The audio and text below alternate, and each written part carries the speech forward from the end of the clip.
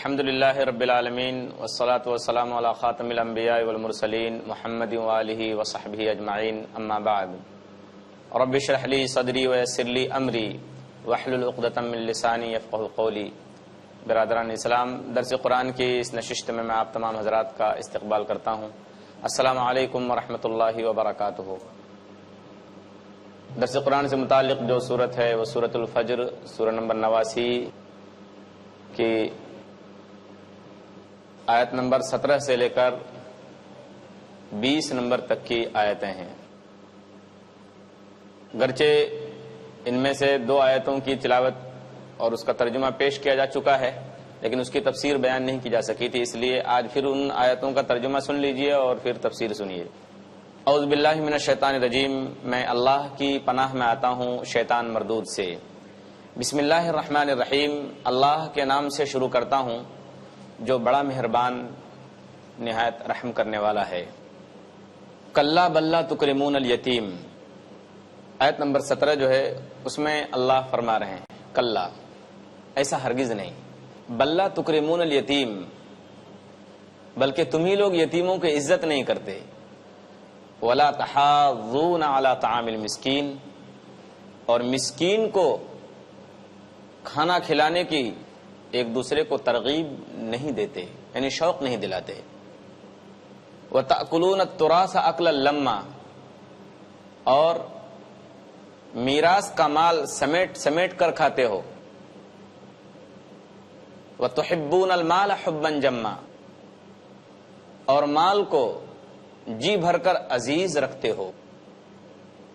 آج جو آیت پہلی شروع ہو رہی ہے وہ لفظ کلا سے شروع ہو رہی ہے، جس کا ترجمہ یہ ہے ایسا ہرگز نہیں، یعنی جیسا تم سوچ رہے ہو، لوگوں کا کیسا سوچنا تھا، لوگوں کا خیال کیا تھا، اس سے پہلے کی 2 آیتوں میں اس کا ذکر آ چکا ہے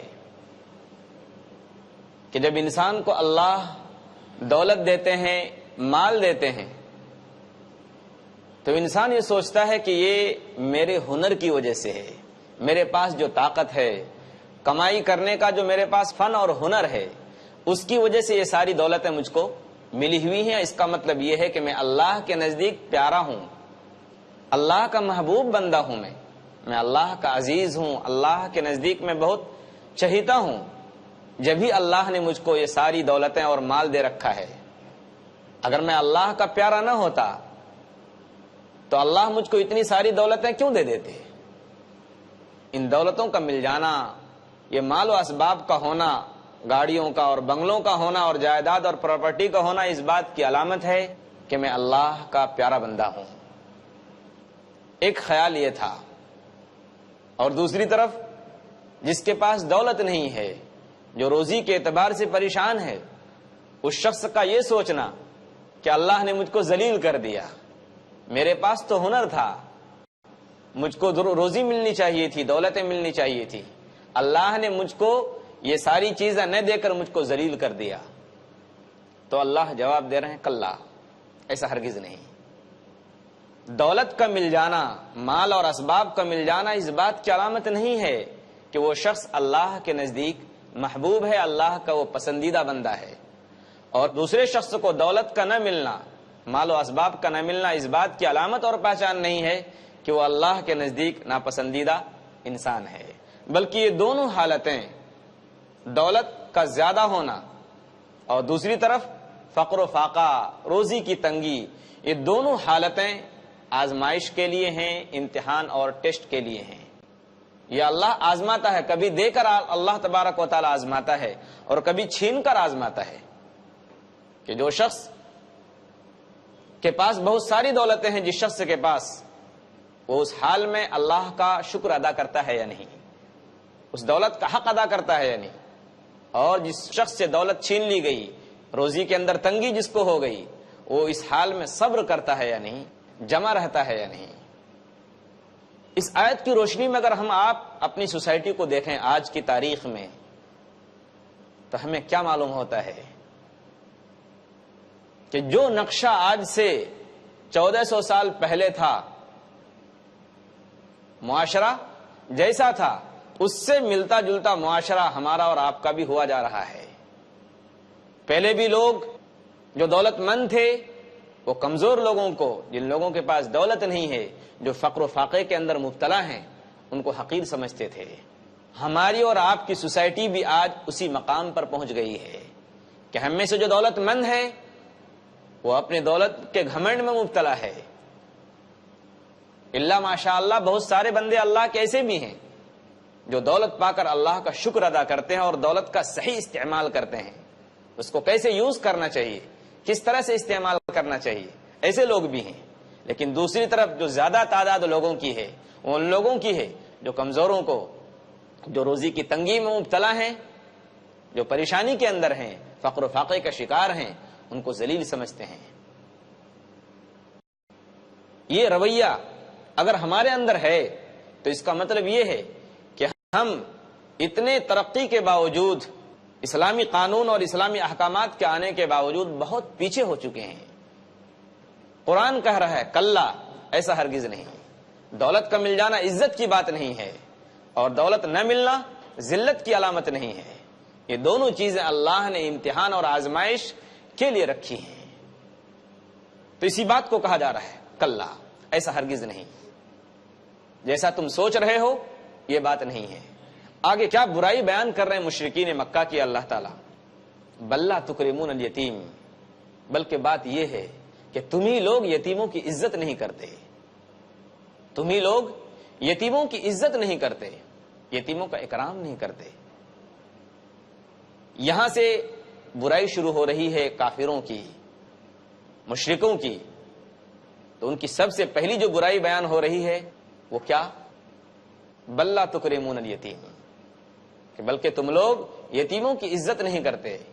یہاں اگر آپ اس آیت کے لفظ پر غور کریں تو اللہ اصل میں یہ کہنا چاہتے ہیں کہ دیکھو تم لوگ یتیموں کا حق ادا نہیں کرتے، ان کے اوپر جو ضروری خرچ ہے وہ خرچ نہیں دیتے۔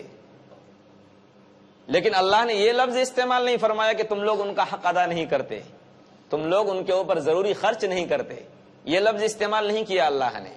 اس کے لیے لفظ اکرام استعمال کیا گیا ہے۔ اکرام کے معنی ہے عزت کرنا، احترام کرنا، ریسپیکٹ کرنا کسی کا، کسی کو عزت دینا، اس کے لیے لفظ اکرام استعمال ہوا ہے۔ اس میں اس بات کی طرف اشارہ ہے کہ انسانیت کا اور عقل کا، اور اللہ نے جو تمہیں مال دیا ہے، جو دولت دی ہے، اس کا تقاضا یہ ہے کہ تم یتیموں کی عزت کرو۔ نہ صرف یہ کہ ان کو ان کا حق دو، ان کے اوپر ضروری خرچ کرو، بلکہ انسانیت کا تقاضا ہے کہ تم ان کا اکرام کرو، ان کی عزت کرو، ان کو اپنے بچوں کے مقابلے میں ذلیل مت سمجھو، حقیر مت سمجھو۔ لیکن لفظ استعمال کیا گیا ہے اکرام کا، اسی لیے علماء تفسیر نے لکھا ہے کہ یہیں سے یہ بات صاف صاف ہو جاتی ہے، بالکل کلیئر ہو جاتی ہے اس لفظ سے کہ معاشرے کے اندر، سوسائٹی کے اندر، سماج کے اندر غریبوں، مسکینوں، یتیموں کو مقام ملنا چاہیے، ان کو عزت ملنی چاہیے۔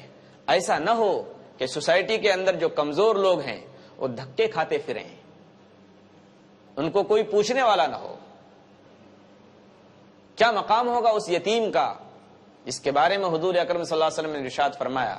صحیح مسلم کی روایت ہے، حدیث نمبر 7469، نبی کریم صلی اللہ علیہ وسلم نے فرمایا کہ انا وکافل الیتیم فی الجنہ ہاکذا واشار بالسبابۃ والوسطی وفرج بینہما۔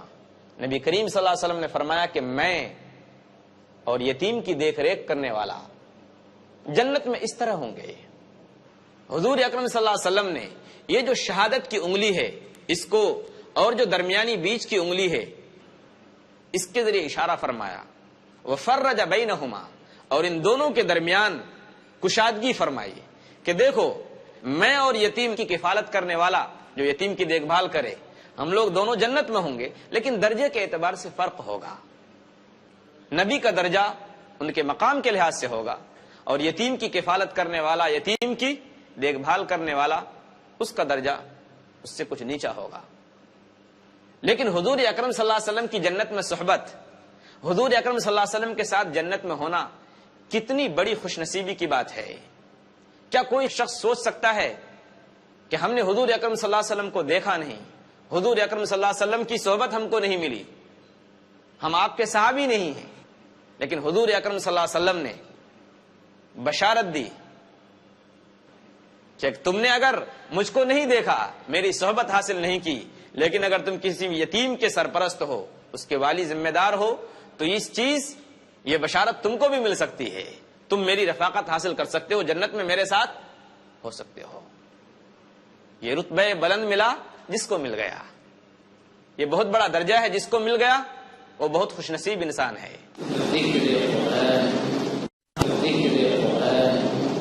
تو جو پہلی آیت ہے آج کی وہ یہ ہے کہ بل لا تکرمون الیتیم، بلکہ تم لوگ یتیم کی عزت نہیں کرتے ہو۔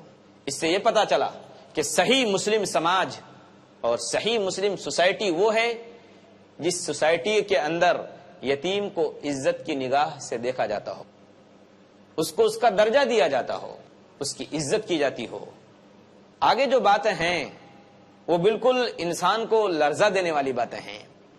اللہ نے جو کچھ بتایا ہے، جو انسان کا دماغ ہے، انسان کا جو مزاج ہے، انسان کی جو طبیعت ہے، اس کے اوپر اللہ نے ضرب لگائی ہے، اس پر مار ماری ہے اللہ نے کہ انسان کی فطرت کیا ہے، انسان کا نیچر کیا ہے، اور کیا چاہتا ہے انسان سوسائٹی کے اندر، کہ اس کو زیادہ سے زیادہ دولت مل جائے، چاہے وہ یتیم کا مال ہڑپ کر کے ہو، چاہے بہنوں کا حق دبا کر ہو، چاہے وراثت کا مال ہو، اس کو کوئی پرواہ نہیں رہتی۔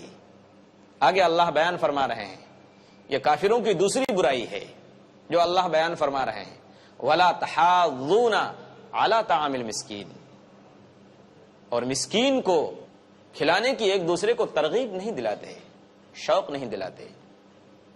اس میں کافروں کی کیا برائی ہے؟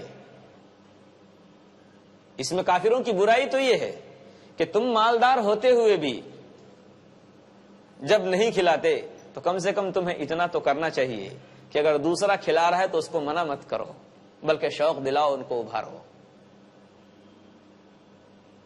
اس میں اس طرف بھی اشارہ ہے کہ جو لوگ مالدار ہیں وہ جس طریقے سے یتیم کو حق اور مسکین کو حق دینا چاہیے وہ تو دیں، وہ اپنی ذمہ داری نبھائیں، لیکن جس کے پاس مال نہیں ہے، دولت نہیں ہے، پیسہ نہیں ہے مسکین کو کھانا کھلانے کے لیے، وہ کیا کرے؟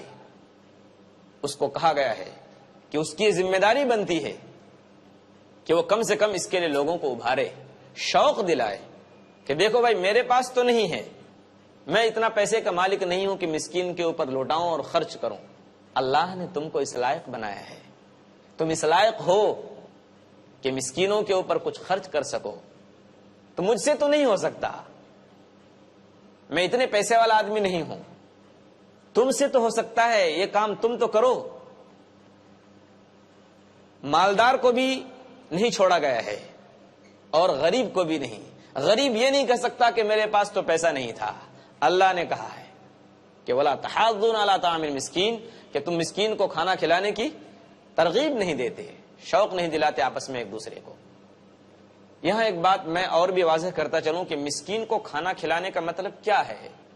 شاید اس سے پہلے یہ بات آ چکی ہے کہ مسکین کو کھانا کھلانے کا مطلب صرف کھانا کھلانا نہیں ہے، دال چاول روٹی کھلانا نہیں ہے، بلکہ مسکین کی ضرورت کو پوری کرنا۔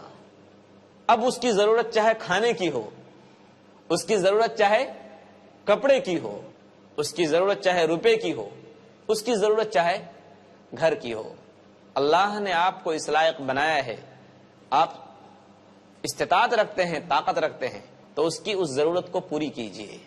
اب وہ ضرورت کئی طرح کی ہو سکتی ہے، جیسا کہ میں نے ذکر کیا، صرف کھانا کھلانا مراد نہیں ہے۔ وَلَا تَحَاضُّونَ عَلَىٰ طَعَامِ الْمِسْكِينِ، اور تم لوگ مسکین کو کھانا کھلانے کی ترغیب نہیں دیتے، شوق نہیں دلاتے آپس میں ایک دوسرے کو۔ تو ہر ایک کی ذمہ داری بنتی ہے، جو صاحب وسعت ہیں، جو مالدار ہیں، جو پیسے والے ہیں، ان کی ذمہ داری اگر یہ بنتی ہے کہ وہ مسکینوں کا خیال کریں، ان کے اوپر اپنا پیسہ خرچ کریں، تو جو غریب ہے، جو پیسے والا نہیں ہے، اس کی ذمہ داری بنتی ہے کہ جو مالدار ہے اس کو شوق دلائے، اس کو ابھارے، اس بات پر آمادہ کرے کہ وہ گرچہ پیسے والا نہیں ہے لیکن سامنے والا پیسے والا ہے، اس کو شوق دلائے کہ اے اللہ کے بندے کم سے کم تم تو اپنی دولت کو اس پر خرچ کرو۔ اس کے بعد جو تیسری برائی ہے، اس تیسری برائی کے اندر صرف مکہ کے کافر نہیں ہیں۔ جس طریقے سے دو برائی بیان ہوئی، دو بری عادت بیان ہوئی، جس طریقے سے ان دو بری عادتوں میں صرف مکہ کے کافر نہیں ہیں، اس میں سے بہت سارے افراد ہم مسلم سماج کے بھی ہیں، ان کو بھی یہ آیتیں دعوت دے رہی ہیں۔ اور جو تیسری برائی ہے وہ کیا ہے؟ مکہ کے مشرکوں کی جو اللہ نے بیان کی ہے، اس کے اندر ہم میں سے بہت سارے افراد شریک ہیں۔ اللہ ہم سب کی حفاظت فرمائے۔ وہ آیت کیا ہے؟ وَتَأْكُلُونَ التُّرَاثَ أَكْلًا لَمًّا۔ تأکلون کے معنی آتے ہیں کھانا، کوئی چیز کھانا۔ تراث کے معنی آتے ہیں میراث، مرنے والے کی جو پراپرٹی ہوتی ہے، میراث، اس کو لفظ تراث کے لفظ سے ادا کیا گیا ہے۔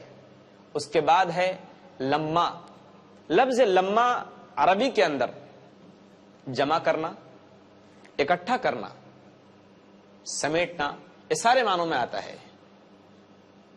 لیکن علماء تفسیر کہتے ہیں کہ یہاں لفظ تأکلون صرف کھانے کے معنی میں نہیں ہے کہ تم لوگ میراث کا مال سمیٹ سمیٹ کر کھا لیتے ہو، بلکہ یہاں تأکلون کے معنی ہے ہڑپ کر جانا، کہ تم لوگ میراث کا مال ہڑپ کر جاتے ہو۔ اب اس آیت کو سامنے رکھیے، اس کا ترجمہ، اور پھر ہم 1400 سال پیچھے کی طرف لوٹتے ہیں تھوڑی دیر کے لیے۔ جو اس وقت کا سماج تھا، اس وقت کی جو سوسائٹی تھی، اس وقت کا جو معاشرہ تھا، جو لوگ تھے، وہاں کیا حال تھا، اور پھر ہم آئیں گے آج کی 21ویں صدی عیسوی میں کہ کتنا بڑا فرق ہے، یا کوئی مماثلت ہے، کوئی یکسانیت ہے، ہم دیکھیں گے۔ اللہ کہہ رہے ہیں کافروں کو وَتَأْكُلُونَ التُّرَاثَ أَكْلًا لَمًّا، کہ تم لوگ میراث کا مال ہڑپ کر جاتے ہو، سمیٹ سمیٹ کر کھا جاتے ہو۔ یہ کافروں کو کہا جا رہا ہے۔ ان کے ہاں کیا رواج تھا؟ حضور اکرم صلی اللہ علیہ وسلم کے آنے سے پہلے ان کی سوسائٹی کا جو ماحول تھا وہ یہ تھا کہ جو طاقتور ہے، جو طاقت والا ہے، وہ کمزور لوگوں کے میراث کے مال کو ہڑپ کر جائے، کھا جائے۔ حتیٰ کہ قرآن کی آیت سے صاف صاف واضح ہوتا ہے کہ وہ لوگ چھوٹے بچوں کو میراث میں سے حق نہیں دیتے تھے، اور اسی کے ساتھ ساتھ عورتوں کو ان کے ہاں کوئی میراث میں سے مال نہیں ملتا تھا، صرف بڑی اولاد ہی میراث کا مستحق ہوا کرتی تھی۔ یہ ان کے سماج کی بات اللہ نے قرآن پاک کی سورہ نساء سورہ نمبر 4 آیت نمبر 127 کے اندر بیان فرمایا ہے۔ تو ان کے ہاں حال یہ تھا کہ جو آدمی طاقتور ہے وہ فوراً، جو شخص مرا، جو مورث ہے، اس کے مرنے کے بعد فوراً اس کی جائیداد کو، اس کی پراپرٹی کو ہڑپ کر لے۔ جو طاقتور ہے وہ لے لے، جس کی لاٹھی اس کی بھینس۔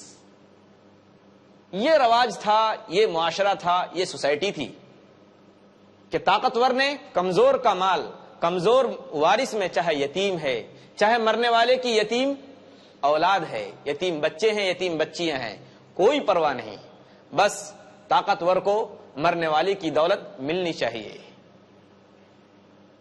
ہم یہ کہتے ہیں کہ وہ جاہلیت کا دور تھا، یہ جاہلیت کا دور تھا، اس لیے لوگ ایسا کرتے تھے۔ ان کے اندر جو طاقتور تھا وہ کمزوروں کی دولت کو ہڑپ کر جاتا تھا۔ مرنے والے کی جو بیٹیاں ہیں، مرنے والے کے جو بچے ہیں، ان کی دولت کو ہڑپ کر جاتا تھا، وراثت کو اور ترکے کو۔ آپ اور ہم سوچیں، ہم آج 21ویں صدی کے اندر ہیں، 21ویں صدی عیسوی کے اندر ہیں، اور 15ویں صدی ہجری کے اندر ہم داخل ہیں۔ آپ بتائیے کہ ہمارے اور آپ کے، ہم مسلم معاشرے کے اندر دولت کو تقسیم کرنے کا، وراثت کو تقسیم کرنے کا کیا ماحول ہے؟ کیا ایسا نہیں ہے کہ ہم میں سے بہت سارے لوگ، سب لوگ نہیں، ہم میں سے بہت سارے لوگ اس امید پر خالی جیتے ہیں کہ کب مرے ہمارا مورث اور اس کی دولت کو ہم ہڑپ کر جائیں، اس کے میراث کو، اس کے ترکے کو ہم ہڑپ کر جائیں۔ نہ تو اس کے ترکے میں سے اس کی اولاد کو کچھ ملے، اس کی پراپرٹی میں سے نہ تو اس کے یتیم بچوں کو ملے، اور نہ یتیم بچیوں کو ملے، نہ اس کی بہنوں کو ملے۔ کیا ایسا نہیں ہے؟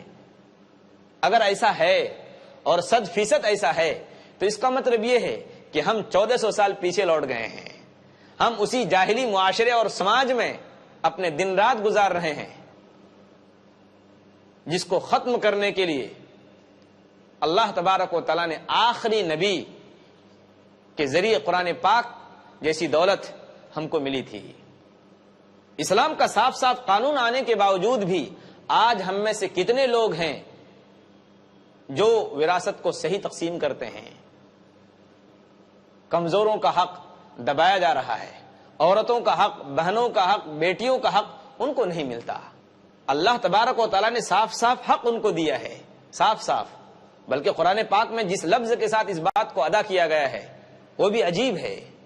جو سورہ نساء سورہ نمبر 4 آیت نمبر 127 کا میں نے حوالہ دیا، اس میں حضور اکرم صلی اللہ علیہ وسلم سے پوچھا جا رہا ہے وَيَسْتَفْتُونَكَ فِي النِّسَاءِ قُلِ اللَّهُ يُفْتِيكُمْ فِيهِنَّ.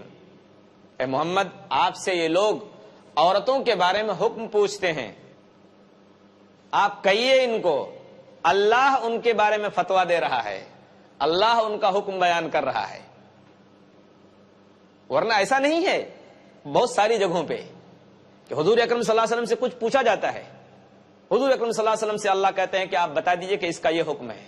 لیکن یہاں کہا جا رہا ہے اللہ فتویٰ دے رہا ہے. قل اللہ یفتیکم فیہن، آپ کہیے ان سے کہ اللہ فتویٰ دے رہا ہے ان کے بارے میں، ان کے بارے میں اللہ حکم بیان کر رہا ہے.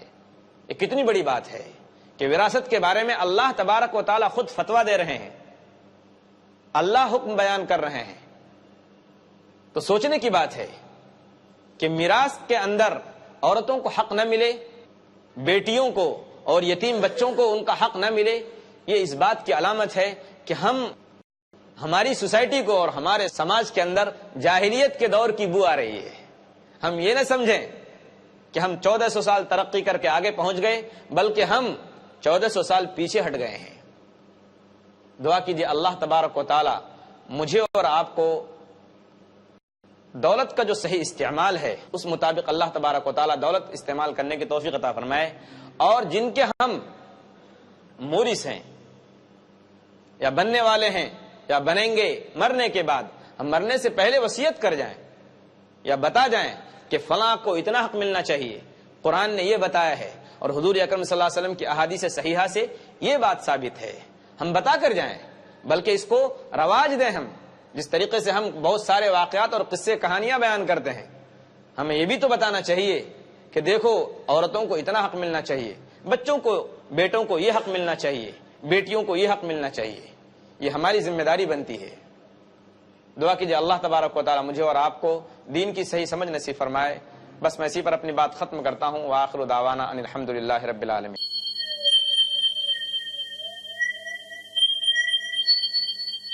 اللہ غفور، اللہ رحیم، اللہ يحب المحسنین، وخالق